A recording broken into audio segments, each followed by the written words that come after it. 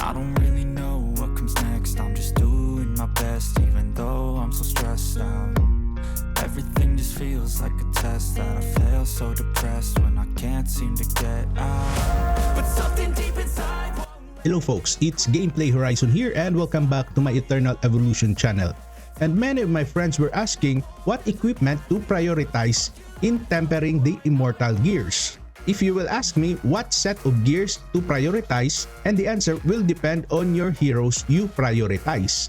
For example, I have here the Marauder set, in which this Marauder set can be used for assassins as well as for heroes with displacement skills. But which gear to prioritize in tempering the equipment? Is it these gloves, helmet, boots, this weapon, this armor, or these greaves?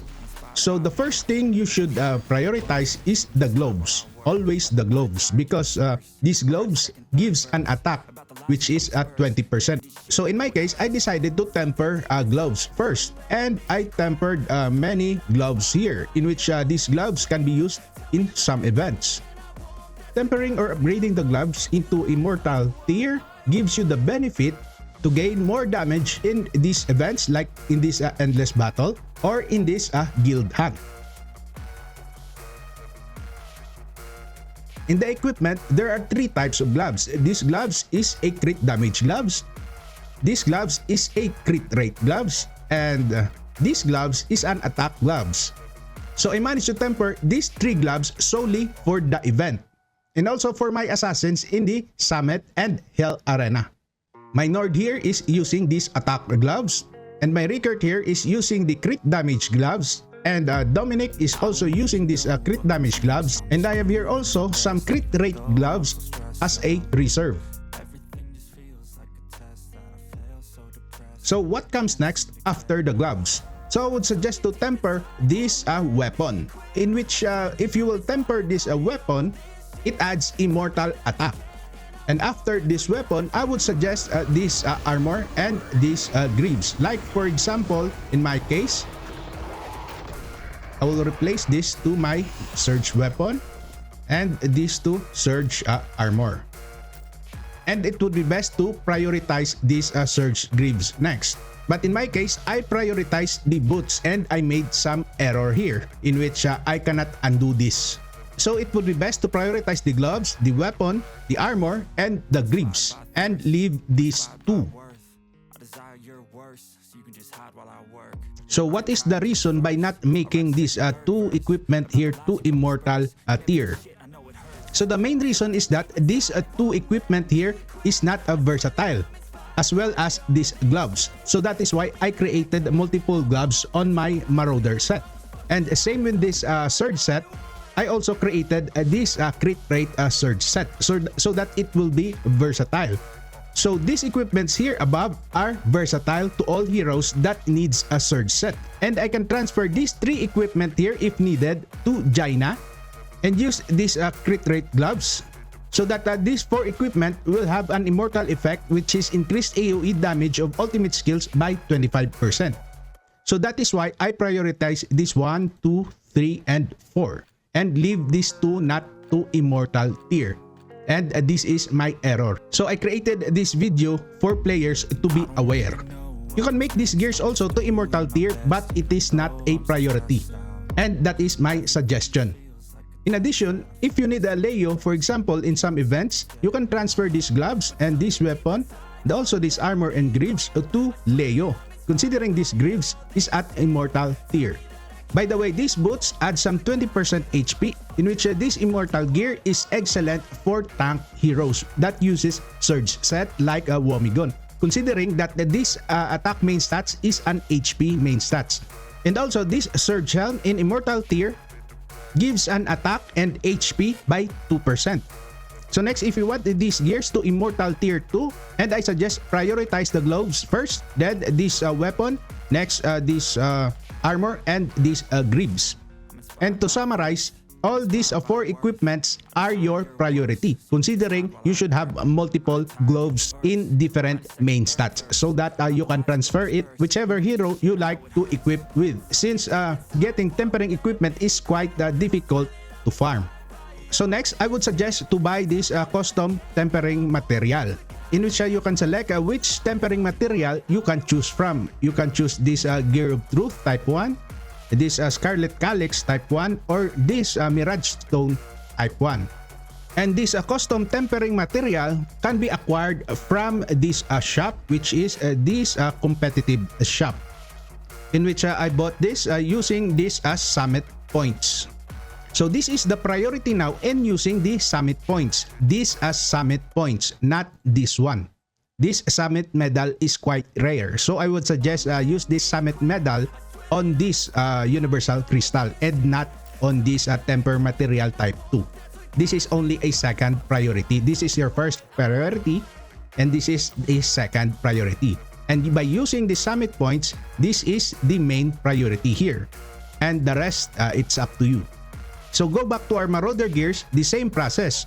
Upgrade or temper the gloves, this weapon, this armor, and these greaves. And it would be best to have a multiple main stats glove so that your equipment will be versatile and you can transfer these equipments to different heroes that uses these Marauder gears. So I have here Jaina in this surge set in Immortal tier, and this has a crit rate which is plus 40%. This one is also Immortal, Immortal, and Immortal. And it has a plus 100 accuracy helmet. And this Jaina has a 30k attack. While on this set, this is also a surge set in which this has a crit rate gloves. And this has a plus 100 accuracy helmet and attack boots, in which this set has only 18k attack compared to this Immortal tier surge set, which has a 30k attack. And it has a very huge difference because of this 20% Immortal attack on these gloves and also this plus 400 attack on this. And we will test this Jaina in this endless battle, in which I want to see this increase the AoE damage of ultimate skills by 25%. This is what I want to see. And unfortunately, I want to test this in the guild hunt, but our guild hunt now is at a turbine boss. So temporarily, we will choose this endless battle in this death hive. And let's use Jaina only here, which okay, let's select Jaina. And we will change this to, this is only a test, guys, flowing rune. And we will just leave it here. We will only use this flowing rune. And let's use this normal surge first, in which this has an attack of 74.8k. And if we will check here, Jaina, we have here a crit rate of 75%, 74k attack, and crit damage of 114%. And we have an accuracy of 207. While on our other set, which is the Immortal, we have here accuracy. Well, we have a lower accuracy at 194 only with a crit rate of 74%, but our attack here is 86,000 with a crit damage of 119%. We will add the support hero here, which is Serena, in order for this Jaina not to die on this boss. So we will waste again some of our 2-minute time here in order to get some data.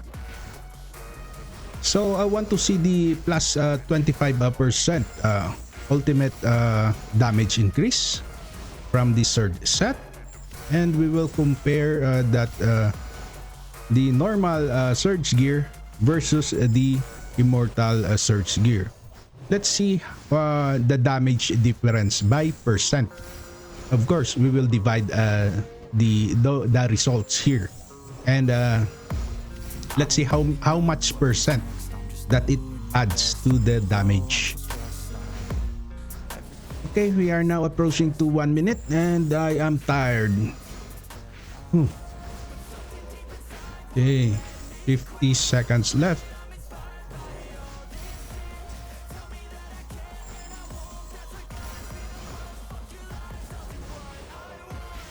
It's quite hard to play while you work. After work, you play. After play, you create a content. I'm already tired. Okay, 20 seconds left. And we are now reaching 600 million damage using this normal surge gear.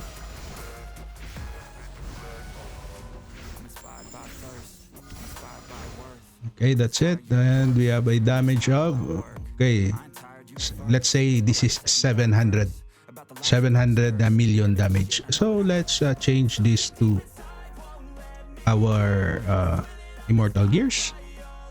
And let's challenge this boss. And we will waste again 2 minutes of your time and my time.